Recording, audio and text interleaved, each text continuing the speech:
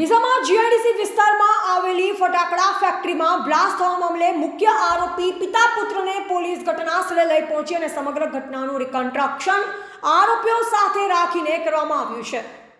21 નિર્દોષ લોકોના જીવ ગયા બાદ સરકારે પણ આ સમગ્ર મામલાની ગંભીર નોંધ લીધી છે અને સીટની પણ રચના કરી છે। ત્યારે રિમાન્ડ મળતાની સાથે જે પોલીસે આરોપીને સાથે રાખી રિકન્સ્ટ્રક્શન કરવામાં આવ્યું છે। 1 એપ્રિલના રોજ ડીસા જીઆઈડીસી વિસ્તારમાં આવેલી દીપક ટ્રેડર્સ નામની ગેરકાયદેસર ચાલતી ફેક્ટરીમાં ભયંકર બ્લાસ્ટ થયો હતો અને આ બ્લાસ્ટમાં 21 જેટલા નિર્દોષ મજૂરોના મોત થયા હતા।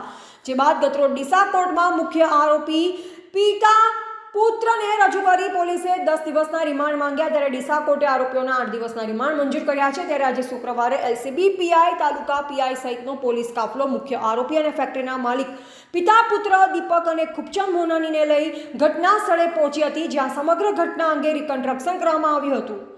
Bureau report Ramesh Rana, India live Gujarat, Banaskantha, Deesa.